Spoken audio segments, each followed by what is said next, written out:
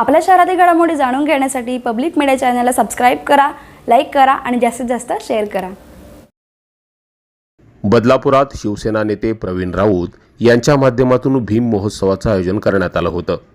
या महोत्सवात ठाणे आणि रायगड जिल्ह्यातून हजारोंच्या संख्येनं भीमानुयायी आणि इतर समाजातील नागरिक उपस्थित होते। या कार्यक्रमात संपादक आणि ज्येष्ठ साहित्यिक उत्तम कांबळे यांनी उपस्थितांना मार्गदर्शन केलं। त्याचबरोबर सुप्रसिद्ध गायक आनंद शिंदे यांनी आपल्या गाण्यांनी उपस्थितांची मनं जिंकली। या कार्यक्रमाला भाजप आमदार किसन कथोरे यांनी देखील हजेरी लावली होती। समाजामध्ये काही हिरे असे जन्माला येतात की त्या हिऱ्यांमुळे समाजाची दिशा ठरते आणि त्याच विचारातून बदलापूर शहरामध्ये प्रवीण नावाचा हिरा तयार झाला आणि या भीम महोत्सवाचा जन्म झाला, अशी कौतुकाची थाप आमदार किसन कथोरे यांनी प्रवीण राऊत यांच्या पाठीवर दिली।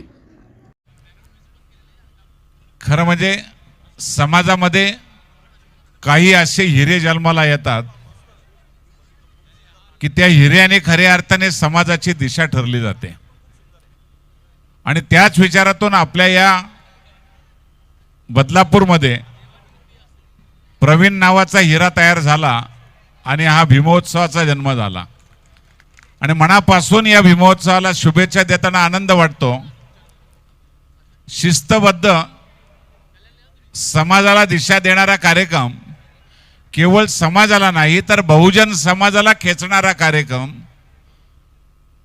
जातीपातीच्या पलीकडे जाऊन एक वेगळी विचारधारा आपल्या समोर ठेवण्याचा प्रयत्न दरवर्षी या कार्यक्रमाच्या माध्यमातून केला जातो।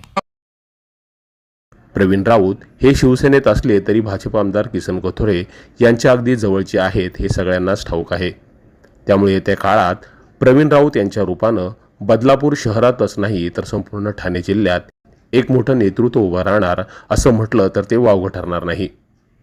Public media, Badlapur.